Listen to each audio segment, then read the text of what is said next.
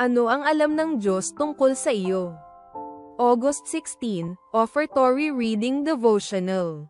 At sa kanya'y sinabi, huwag mong sasaktan ang bata, o gawan man siya ng anuman, sapagkat ngayon ay nalalaman ko na ikaw ay may takot sa Diyos. At hindi mo ipinagkait sa akin ang iyong anak, ang iyong kaisa-isang anak.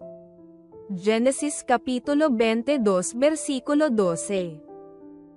Hinarap ni Abraham ang isang mabigat na pagsubok na hindi kailanman magugustuhan ng marami. Sa kabila ng matinding kirot na dulot nito, handa si Abraham na isakatuparan ang ipinag-uutos sa kanya. Ang talatang ito ay nagtuturo sa atin ng dalawang mahahalagang aral. Sa araw na ito, pagtutuunan natin ang isa rito at tatalakayin ang isa pa sa mga susunod na offertory reading. Ipinakita ni Abraham ang kanyang takot sa Diyos sa pamamagitan ng kanyang mga aksyon. Sinunod niya ang Diyos. Nang sabihin ng Diyos na ialay niya ang kanyang anak ay agad siyang sumunod. Hindi siya nagdahilan o nagpaalala sa Diyos na ang kanyang anak ay ang kaisa-isang anak, ang pangakong anak na lalaki. Ang pagsunod sa utos ng Diyos ay isang katangian ng mga taong natatakot sa Kanya.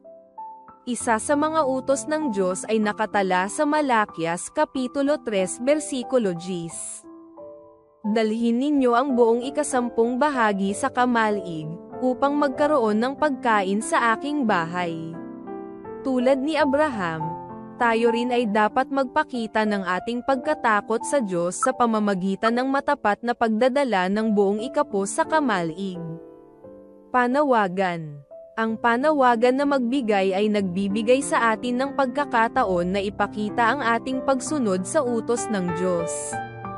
Ipakita natin ang ating pagkatakot sa Kanya sa pamamagitan ng pagtupad sa Kanyang utos na dalhin ang ating ikapo at handog sa kamalig. Tulad ng pagsunod ni Abraham sa utos ng Diyos ng kanyang sabihin, ngayon ay alam ko na ikaw ay natatakot sa akin. Kaya't patuloy ang tanong, ano ang ipinapahayag ng aking mga kilos sa Diyos tungkol sa aking pagtatalaga na paglingkuran siya? Sa pagbabalik natin ng ating mga ikapo at mga pangakong handog ay ilagay natin sa huli ang ating mga hangarin, at unahin ang Diyos.